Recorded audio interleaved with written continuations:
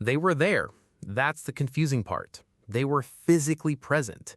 At dinner, in the house, sometimes even in the same room. They weren't absent in the way people picture absence. There was no dramatic abandonment, no obvious crisis, just a consistent, quiet unavailability that was very difficult to name because there was nothing obviously wrong. And yet something was missing, something the child couldn't identify because they never had it to compare against. They just knew that when they needed to be seen, really seen, the lights were on, but nobody was home. The psychology of growing up with an emotionally absent parent is one of the least discussed and most widespread forms of childhood emotional experience, and its effects are running in millions of adults right now who have no idea that's what they're dealing with. The tricky thing about emotional absence is that it doesn't leave obvious marks. There's no single event to point to, no clear moment of harm, which means the adult who grew up this way often struggles to justify what they feel, even to themselves. They had food, they had shelter, their parents weren't cruel.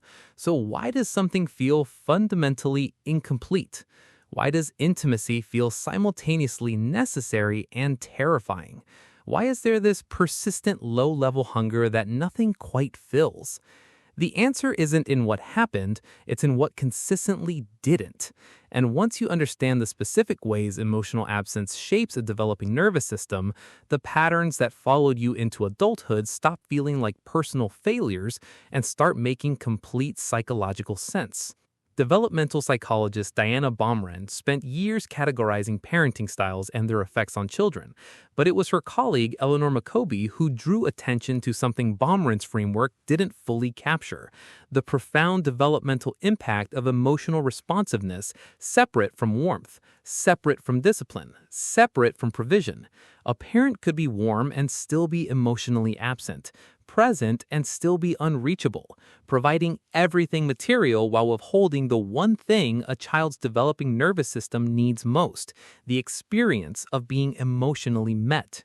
John Bowlby's attachment research, which forms the foundation of how we understand early psychological development, identified something he called the secure base, the emotional availability of a caregiver that allows a child to explore the world knowing there is a reliable source of comfort to return to.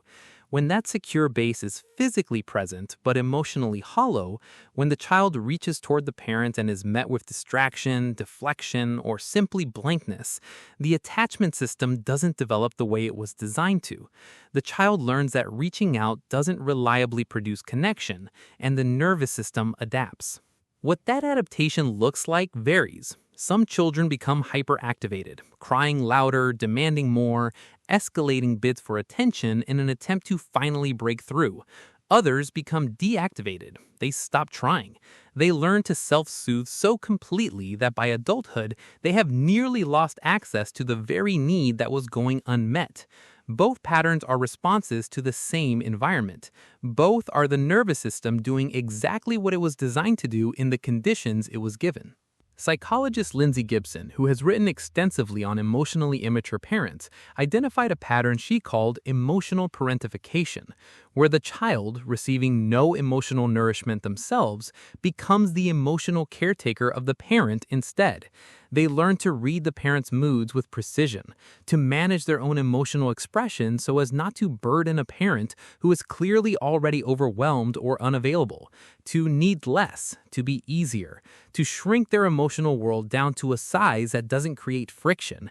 And in doing all of that, they become extraordinarily skilled at taking care of other people's emotional needs while remaining almost completely inexperienced at having their own met. Here's where it gets complicated in adulthood. The person raised by an emotionally absent parent often becomes the most emotionally giving person in the room. They are the ones who check on others, who hold space, who notice when someone is struggling before anyone else does. They are extraordinarily capable of showing up for other people emotionally. What they find almost impossible is allowing someone to show up for them. Not because they don't want it, they want it deeply.